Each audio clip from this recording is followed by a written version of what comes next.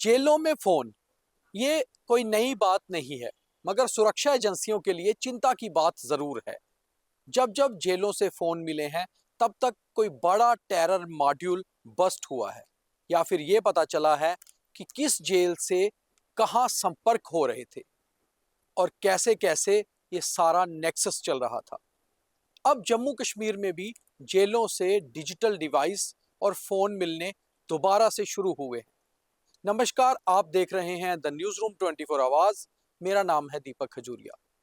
बात हम आज जेलों में फोन की इसलिए कर रहे हैं क्योंकि आज भी जम्मू कश्मीर की अनंतनाग जिले में एक जेल से कुछ डिजिटल डिवाइस मिले हैं और कुछ दिन पहले श्रीनगर की सेंट्रल जेल से कुछ डिजिटल डिवाइस और टेलीफोन मिले थे।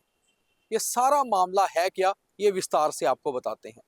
जम्मू कश्मीर में लगातार इन दिनों नेशनल इन्वेस्टिगेशन एजेंसी एनआईए और उनके साथ काम कर रही है जम्मू कश्मीर की स्टेट इंटेलिजेंस एजेंसी एसआईए और साथ ही साथ सीआईके, कश्मीर काउंटर इंटेलिजेंस कश्मीर, यानी कि कश्मीर की एक ऐसी जम्मू कश्मीर का विंग जो कश्मीर में रह के टेररिज्म के खिलाफ काम करता है। ये तीन एजेंसियां लगातार काफी समय से ये काम कर रही थी कि आखिर जम्मू कश्मीर में टेररिस्ट एक्टिविटीज क्यों बढ़ रही हैं, कारण क्या है। नई रिक्रूटमेंट तो नहीं हो रही है और बाहर से भी इन्फिल्ट्रेशन इतनी ज्यादा नहीं हुई। फिर क्या कारण है कि हमले भी हो रहे हैं और नए नए टेररिस्ट एक्टिविटीज भी हो रही हैं। ओजीडब्ल्यू नेटवर्क भी एक्टिव है। ओजीडब्ल्यू नेटवर्क के ऊपर तो लगातार जम्मू कश्मीर की पुलिस काम कर रही है और हमने देखा था कि किस तरह जम्मू रीजन में 50 से ज्यादा जगहों पर छापेमारी हुई थी और 50 लोगों की एक सूची बनी थी जो स्लीपर सेल या ओजीडब्ल्यू के रूप में आतंकियों के साथ काम कर रहे थे। उसमें 2 महिलाएं भी गिरफ्तार हुई और एक पुरुष भी, और उनके ऊपर कार्रवाई भी चल रही है। मगर इसके अलावा CIK, counter intelligence Kashmir, Jammu Kashmir wing का, जम्मू कश्मीर पुलिस का एक ऐसा विंग जो काम ही इसीलिए करता है कि टेररिज्म को रोका जाए, टेररिज्म को काउंटर किया जाए, और ये बड़ा खुफिया तरीके से भी काम करते हैं। एनआईए की भी मदद ली जाती है और एसआईए की भी। सीआईके ने कुछ दिन पहले कुछ जानकारी जुटाई कि जम्मू कश्मीर की जेलों में फोन का इस्तेमाल दोबारा हो रहा है। ये जब मैं दोबारा बोल रहा हूं वो इसलिए क्योंकि जम्मू कश्मीर में सबसे पहले जेलों में फोन की घंटी बजी थी 2007 में। उस समय इंटरनेट तो नहीं हुआ करता था, ना ही व्हाट्सएप या बाकी सोशल मीडिया साइट्स थी और ना ही एप्स। उस समय सीधे फोन पे कॉलिंग होती थी। और जम्मू कश्मीर में एक बड़ा खुलासा तब हुआ था जब high security Kot Bhalwal jail से सिम कार्ड मिले थे, और मिले भी थे बहुत ही खतरनाक आतंकियों से जो फॉरेन मिलिटेंट्स थे और उनके पास फोन हुआ करते थे। उसके बाद जेलर पे भी गाज गिरी, कई सारे और अधिकारियों पर भी इन्वेस्टिगेशन चलती रही और फिर ये पता चला कि जेल के अंदर सिम कार्ड पहुंचाई गए, कभी खाने पीने के सामान के भीतर, कभी सब्जियों की बोरी के भीतर, और ये सारा नेक्सस जो था टेररिज्म से जुड़ा हुआ था। फिर यह भी पता चला कि जेलों में जो क्रिमिनल बंद होते हैं, उनके परिचित जब उनसे मिलने आते हैं तो उनको सिम कार्ड उपलब्ध करवाते हैं। फिर ये चीज जम्मू कश्मीर के बाहर भी हुई।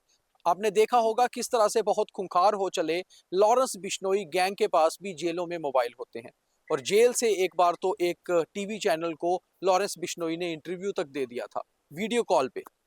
जब इतने बड़े खुलासे हुए तो उसके बाद हर स्टेट की पुलिस ने अपने अपने तरीके से काम करना शुरू किया, गैंगस्टर्स के ऊपर भी और टेररिज्म के ऊपर भी। मगर जम्मू कश्मीर में क्योंकि टेररिज्म का बोलबाला रहता है और पाकिस्तान की कोशिश रहती है कि यहाँ पर टेररिज्म को बढ़ाया जाए, ऐसे में आज के ऑनलाइन टाइम पे, आज के ई वर्ल्ड के ज़माने में ये सारा कुछ काउंटर करना बहुत मुश्किल है, क्योंकि अब ऐप से भी बातें हो जाती हैं जिनको पकड़ना मुश्किल होता है। ऐसे में जब ये पता चला सीआईके को कि कश्मीर की कुछ जेलों में बंद टेररिस्ट फोन पर बातचीत कर रहे हैं, डिजिटल डिवाइसेस का इस्तेमाल कर रहे हैं, तो सबसे पहले रेड की गई श्रीनगर की सेंट्रल जेल में। वहां पर जैशे मोहम्मद और लश्कर तोयबा के कुछ टेररिस्ट बंद हैं, और जब उनसे क्वेश्चनिंग की गई और उनकी तलाशी ली गई तो उनसे कुछ डिजिटल डिवाइस मिले। ये डिजिटल डिवाइस कितने नंबर में मिले हैं ये हमारे पास जानकारी है, मगर ऑफिशियल तौर पे सीआईके ने इसका कोई प्रेस नोट इशू नहीं किया, कोई जानकारी नहीं दी, इसलिए हम आपको एग्जैक्ट नंबर नहीं बता रहे। मगर डिजिटल डिवाइस मिले इतना कंफर्म है। उसके बाद उन्हीं टेररिस्ट से जब पूछताछ की गई तो पता चला कि उनका नेक्सस पाकिस्तान में या पाकिस्तान ऑक्यूपाइड कश्मीर में बैठे हुए कुछ टेररिस्ट सरगनाओं के साथ है। वहां से उनके हैंडलर उन्हें जो है जानकारी देते हैं, उन्हें निर्देश देते हैं और यहाँ बैठे हुए ये टेररिस्ट उसके बाद ये जानकारी को बाहर पहुंचाते हैं, कई बार पर्चियों के जरिए और कई बार मैसेजेस के जरिए। ये दोहरे तरीके से काम कर रहे हैं। निर्देश पाकिस्तान से आता है और उसके बाद ये लोकल टेररिस्ट्स को देते हैं और उसके बाद फिर एक्टिविटीज होती हैं। उसके बाद ये भी पता चला कि सिर्फ श्रीनगर जेल में ही नहीं बल्कि अनंतनाग की जेल में बंद भी कुछ टेररिस्ट डिवाइसेस का इस्तेमाल कर रहे हैं, और ये इलेक्ट्रॉनिक डिवाइसेस टेलीफोन भी है और साथ ही साथ एप्स भी इस्तेमाल कर रहे हैं। सीआईके ने आज रेड्स की अनंतनाग जेल में, और अनंतनाग जेल में जब रेड की गई वहां से जो डिवाइसेस मिले पता चला कि उनका टॉवर या उनका लिंकेज जो है वो दो गांव है, एक सोनीगाम गांव है और एक चावलाबाद गांव है। ये दोनों जो गांव है चावलागाम और सोनीगाम, ये दोनों गांव अनंतनाग की सेंट्रल जेल के पास ही हैं। उन दोनों गांव में भी रेड्स की गई और वहां से भी कुछ लोगों को जो है शिनाख्त की गई कि ये लोग ओजीडब्ल्यू या स्लीपर सेल के रूप में हो सकते हैं। उसकी इन्वेस्टिगेशन अभी सीआईके कर रही है और साथ में आगे सारी इन्वेस्टिगेशन भी चल रही है। मगर बड़ी बात यह है कि जम्मू कश्मीर की जेलों से दोबारा से टेररिज्म की घंटियां बज रही हैं, जो बेहद खतरनाक है। और लगातार ये काम हो रहा है कि आखिर पाकिस्तान से ऑपरेट हो रहे टेररिज्म को किस तरह से काउंटर किया जाए। अब टेररिज्म को काउंटर करना केवल ऐसा नहीं है कि आप इंटरनेशनल बॉर्डर को स्ट्रिक्ट कर दो और एलओसी को टाइट कर दो तो आप इन्फिल्ट्रेशन रोक पाओ।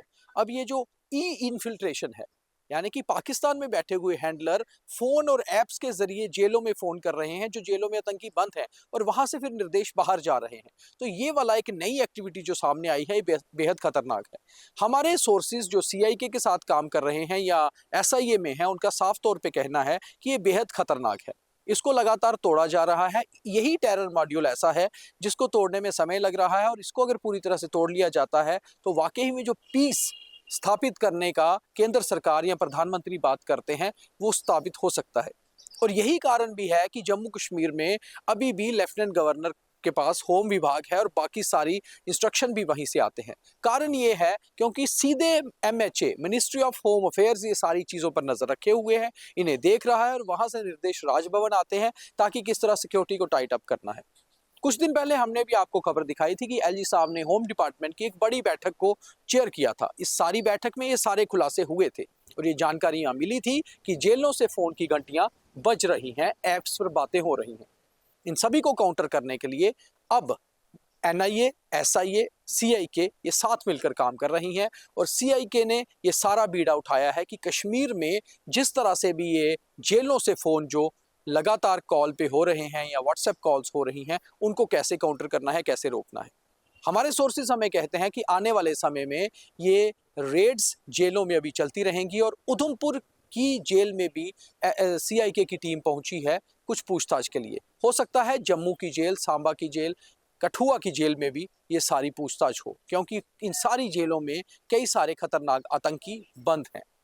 तो कुल मिलाकर जेलों में ये फोन की जो घटना सामने आई है ये जम्मू कश्मीर में कोई नई नहीं है, मगर बेहद खतरनाक है।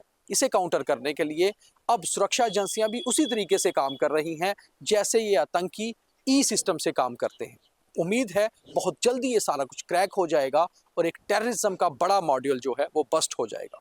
उम्मीद है आपको ये सारी स्टोरी अच्छी लगी होगी। अगर बेहतर लगी है तो इसे ज़्यादा से ज़्यादा शेयर करिए ताकि लोग भी समझ पाएं कि टेररिज्म अब केवल ग्राउंड पे नहीं रहा बल्कि ई टेररिज्म बेहद खतरनाक है। बहुत